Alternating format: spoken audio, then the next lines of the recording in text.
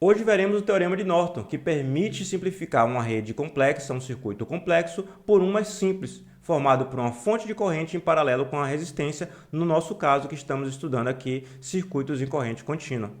Veremos o Teorema de Norton quando há fontes dependentes no circuito, chamadas também de fontes controladas. Já temos aqui aula no canal no qual tratamos de Teorema de Norton quando não há fontes dependentes, quando há somente fontes independentes. Coloco na descrição do vídeo caso você tenha interesse.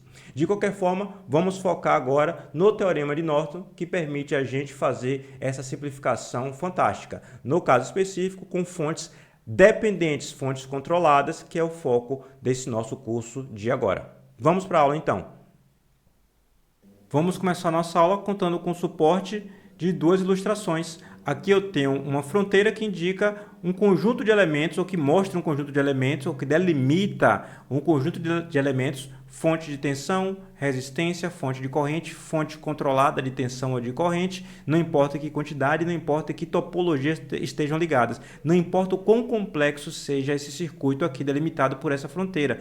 Visto os terminais A e B, você pode simplificar esse circuito encontrando um equivalente, que a gente chama de equivalente de Norton, que tem uma fonte de corrente, cujo valor da corrente é IN, aqui é a corrente de Norton, em paralelo com a resistência RN, aqui chamada de resistência de Norton. O que queremos, portanto, é, na aula de hoje, encontrar um mecanismo, uma forma de encontrar os valores de RN e IN. Vou focar primeiro na resistência de Norton, que seria o caso mais diferente pelo fato de termos fontes controladas, que é o objeto do nosso curso do momento, né? Vamos aqui, ó. Aqui eu tenho o mesmo circuito que eu utilizei antes para encontrar o equivalente de Thevenin. Então, já sabemos a resposta que devemos encontrar. Vamos encontrar o equivalente de Norton agora. Para encontrar a resistência equivalente de Norton, é da mesma forma que utilizaremos a mesma técnica que utilizamos para encontrar a resistência de Thevenin. Vistos os terminais A e B, devemos encontrar a resistência equivalente quando todas as fontes independentes estiverem desligadas. Fontes independentes, não temos fontes independentes de corrente aqui. Ó. A fonte que está aqui de corrente é dependente. Como não temos fonte de corrente independente, não precisamos tratar dela. Mas se ela tivesse presente, você deveria abrir os terminais da fonte. Temos aqui uma fonte de tensão independente. A fonte de tensão independente deve ser curto-circuitada. Então, você vem aqui e curto-circuita a fonte. E essa fonte, obviamente, pode ser eliminada da representação. A gente percebe também quando a gente curto-circuita a fonte, e ela também o curto-circuito está em paralelo com a resistência de 2 ohms, ou melhor, essa é a resistência de 2 ohms, já que as outras também são de 2 ohms. E, portanto, nenhuma corrente circulará pela resistência de 2 ohms. A gente pode tirá-la da representação também. Então, venho aqui e redesenho o circuito sem a fonte que foi curto-circuitada e sem a resistência. Como a gente encontra a resistência de Norton? Da mesma forma que encontramos o valor da resistência de Thevenin. Afinal de contas, não podemos associar fonte de corrente independente, fonte de corrente controlada, dependente, com resistências, para encontrar a resistência equivalente. Então, devemos fazer o seguinte, vamos aplicar um valor de V0 nos terminais A e B, calcular o valor de I0 e, obviamente, depois calcular o valor de RN. Na prática, você aplica um valor de V0, de não tensão, mede o valor da corrente e faz a divisão para encontrar o valor da resistência equivalente. Ou então, você injeta o valor I0, calcula o valor da resistência após medir o valor de V0. Então, você vem e calcula RN. Como as formas de calcular a resistência de Norton são iguais à de Thevenin, e na aula passada eu já fiz a aplicação de V0, então eu vou encontrar a mesma resistência, a resistência de Norton é igual à resistência de Thevenin, injetando a corrente I0. Nós sabemos que as duas resistências são iguais porque você, obviamente, deve ter acompanhado a aula de transformação de fontes, que eu coloco, inclusive, na descrição do vídeo, caso você tenha interesse. Então, pronto. Vou colocar aqui a minha fonte de corrente. Coloquei a minha fonte de corrente e já escolhi um valor de 1 ampere, só para deixar a conta mais simplificada. Já escolhi também aqui um nó, como sendo o nó 1 e o outro como sendo de referência. Não temos outros nós no nosso circuito. temos apenas um nó a ser escolhido como referência e um outro que a gente botou o número 1 para indicá-lo. Afinal de contas, eu vou utilizar o método da análise nodal. A técnica de análise nodal, quando há fontes dependentes no circuito, já foi tratada aqui nesse curso e eu coloco na descrição do vídeo link para essa aula especificamente, caso você tenha interesse. Mas vamos continuar resolvendo aqui o nosso problema com o teorema de Norton. Para utilizar o método de análise nodal, eu tenho de fazer o somatório das correntes. Vamos fazer, então, somatórios das correntes. Aqui eu vou indicar a corrente que eu vou chamar de I2. Aqui eu vou chamar essa corrente de I4.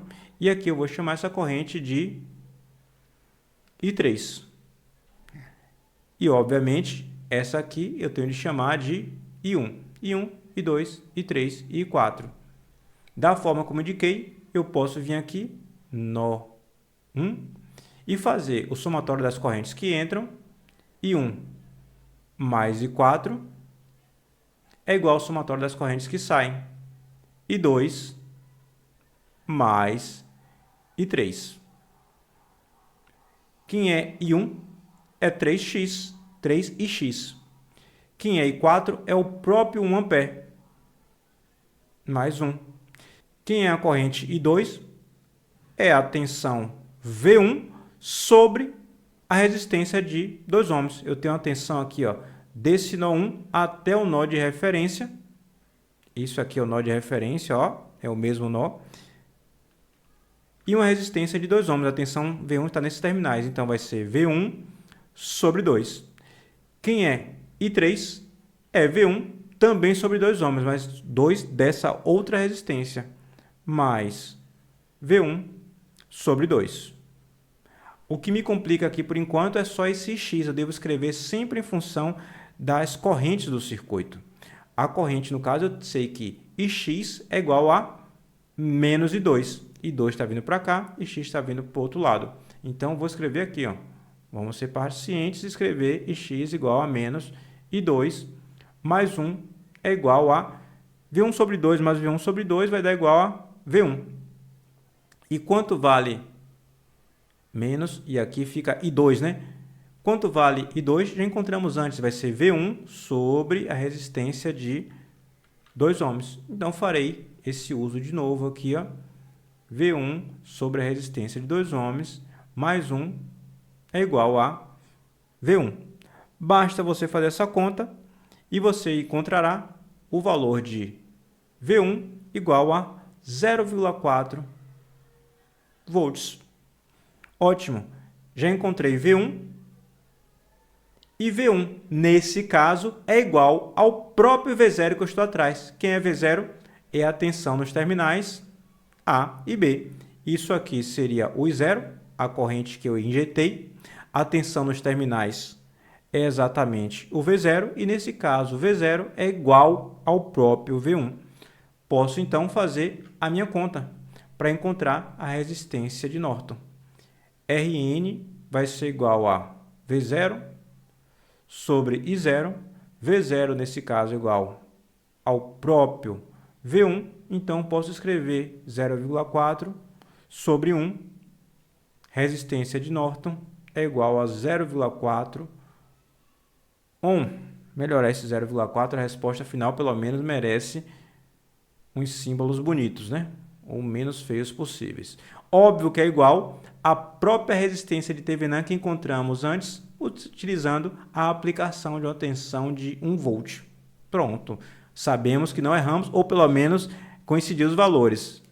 Seria muito difícil a gente errar e fazer coincidir dois valores depois de tanta conta. Mas vamos agora encontrar a corrente de Norton, o IN. Como encontramos a corrente de Norton? A corrente de Norton é encontrada curto-circuitando os terminais A e B e encontrando o valor da corrente IN.